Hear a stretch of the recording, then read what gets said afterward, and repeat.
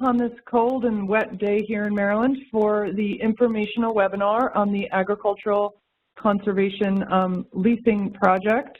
So I work for the Agriculture Law Education Initiative. We are a collaboration between the University of Maryland, Baltimore, the University of Maryland, College Park, and the University of Maryland, Eastern Shore. There is our website and our social media handles. Feel free to check out our website. We have a variety of different legal resources, and some of the resources that I'll be talking about today, that is where you can find them. So, agricultural conservation leasing. We know that more than 40% of farmland in Maryland is leased, and that's a representative really for nationally as well. It's about the same number. We're at about 42% according to the last census of ag in Maryland. We don't have great empirical data on how much of leased farmland has conservation practices. We do know conservation practices are less prevalent on leased acres. We've looked at the Maryland agricultural cost share contracts, and we know in 2017 only 23% of those were with tenants rather than landowners, and the statistics for the years preceding 2017 were even lower than that. So, and we also just know from having conversations with agricultural service providers and landowners and farmers that this is a problem and that conservation practices are less likely to be found on lease rather than owned farms. Some of the challenges to implementing conservation practices are here on this slide, and it's interesting. This is a problem across the country, and even in places in the Midwest where agriculture looks different in some aspects than it does here in Maryland. The root causes to these problems are really the same, and they boil down to a lack of knowledge of agriculture itself and of the practices and the funding opportunities on the part of the landowners. So, sometimes we have, and I'm, being general here, but in some cases, landowners don't have a lot of knowledge of what farming is and what best management practices are available, and that there's resources and folks out there to help you implement these practices. And there can also be lack of communication between the leasing parties as to conservation goals, and really as to goals for the farmland in general. So, if a landowner's goal is to keep this piece of property within the family, they're going to have more of an investment. They're going to be more concerned about things like water and soil, water quality and soil health. What is the farmer's goals? What are their concerns? The farmer's the one that's out there, most days, and so they're going to be aware of what the issues are that need to be remediated or dealt with, or how conservation practices could help the overall farming operation. So having that if those conversations aren't happening, that's another one of the ways this breaks down and we see less conservation practice. So if someone's on a handshake lease, or even if they have a written lease, if it's a year-to-year lease, the farmer's not going to have the stability that he or she needs to really invest in conservation practices. We all know a lot of these conservation practices, this is not an overnight process. A lot of these, are going to take years in order to come to fruition, and if the farmer doesn't have that security, they're not going to be interested in participating in that type of a process. We know that these practices are really important. They improve water quality, they improve soil health, which we know is one of NRCS's goals at this point, and good news for the landowner, they improve your farm property value.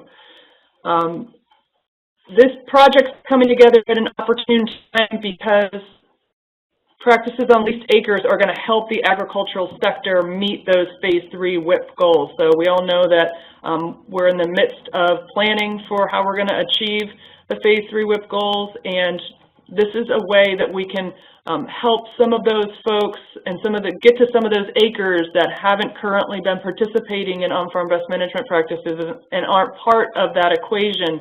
We're hoping that this project will help get over some of that, and that leased acres can really contribute to some of that nutrient reduction. This project is not something that ALEI did alone. We did it in partnership with the Harry Hughes Center for Agroecology.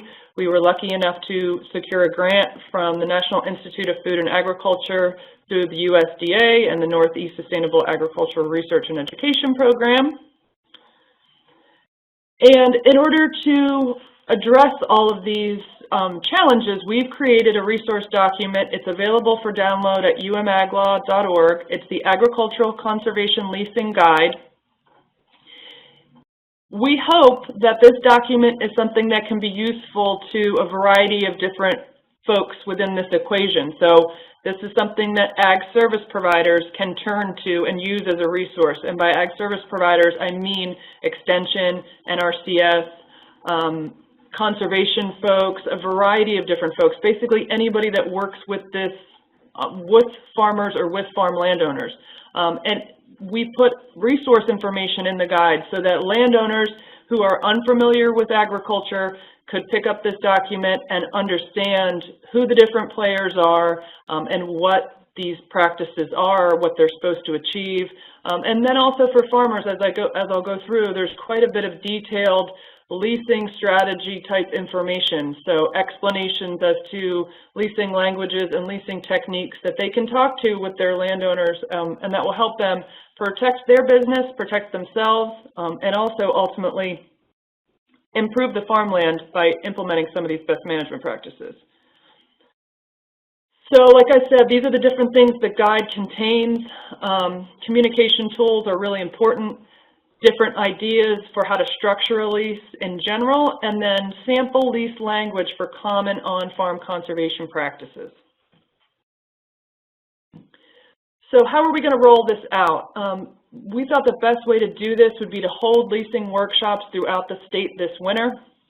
The workshops are structured as train-the-trainer type workshops for ag service providers.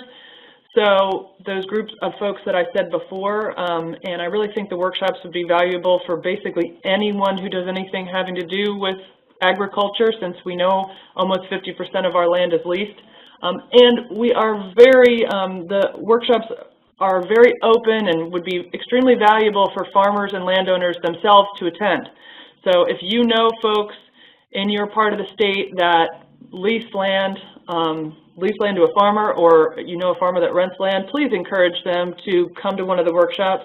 I think they would get a lot out of it, and we're going to be going through all the different aspects of this process. We're going to include some leasing basics because we understand that a lot of that asking folks to have a written lease, for a lot of people that's a big initial step. And if you are functioning on a handshake right now, you know, we're going to go through some of the reasons why that puts people at risk and the value of a simple lease that just embodies really what the handshake is. I mean, I know the handshake deal works in a lot of situations.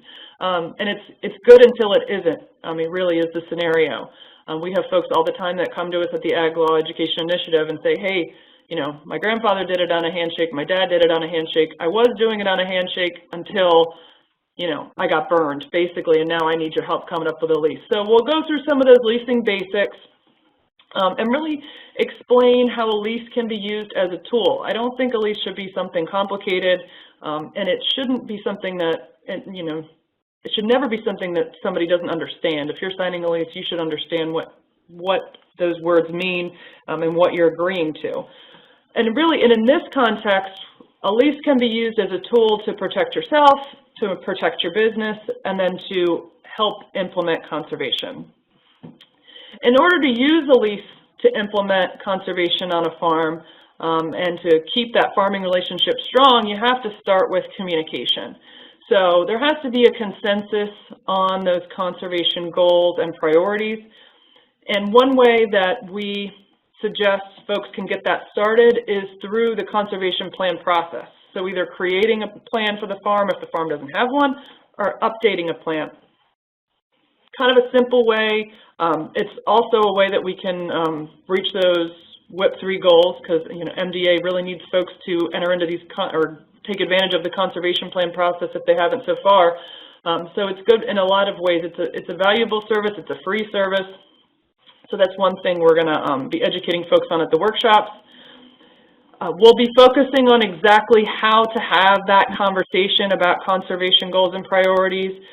The guide has communication prompts, questions for leasing parties to ask themselves, and questions for them to ask the other party so that they can start the process. And then thinking beyond the cash rent lease. Sometimes conservation practices, you're asking the other party to partake in some risk. There's a certain amount of risk there. So if you're asking somebody to partake in something that's risky, it might be better to think about a lease where that risk is going to be allocated. So beyond just a typical cash rent lease, thinking about extending the term, if that's not possible, a renewal provision that would allow for that extension if that's what the parties agree on. And then some tools to show that rent is reflecting investment and impact on yield. So if there's going to be an initial impact on yield, or if one of the parties is making a financial investment, the lease should reflect that, and specifically that can be done through how the rent is structured in the lease. So these are some samples. These are directly from the Agricultural Conservation Leasing Guide. A way that you could compensate a tenant if a tenant had made a contribution. So by reducing the rent by a dollar amount or a certain percentage, and then you could also, alternatively on the sample lease provision, you could do that over a number of years if that's appropriate.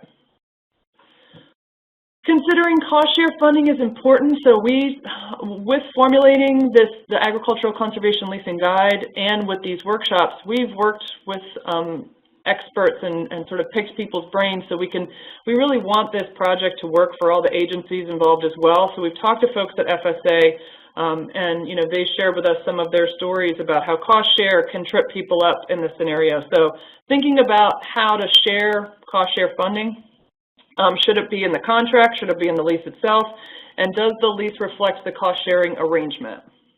Important things to think about and things we'll talk about at the workshops. What are the conservation standards?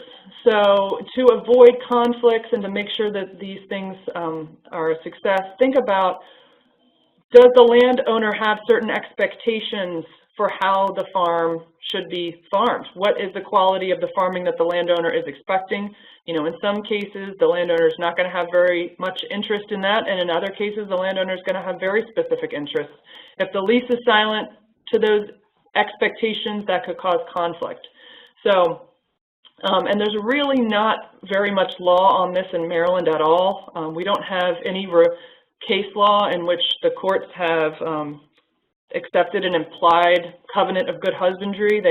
Other states have dealt with that differently, but in Maryland, this is a real gray area. So both parties are going to be well served to define some of those conservation standards within the lease. So this is just an example. I know this is a lot of words on one slide, but it's an example of how to reference your conservation plan in your lease. So, just saying the tenant shall, to the maximum extent possible, implement the practices outlined in the conservation plan. Failure to do so is considered a breach. Tenant has an obligation to provide landlord with a copy of the farm's current conservation plan. And this might not work for everybody. This is just model language. We always advocate that folks seek individual legal advice when they're drafting a lease, but the guide and the workshops are going to provide you some samples so that you can look at some examples of lease language and think about whether or not it'd be right for your situation. And if you're an ag service provider, some samples that you can give to the folks that you're helping. Similarly, a nutrient management plan. Is the farmer required to follow the nutrient management plan, file a nutrient management plan, and comply with the nutrient management plan as a part of the lease obligations? We know that farmers have legal duties under Maryland law to do so, but if that's not in your lease, that's going to be a difficult situation to bring to court and to try to terminate a leasing relationship because of the obligation, unless it's in your lease. So some examples of how that can be done.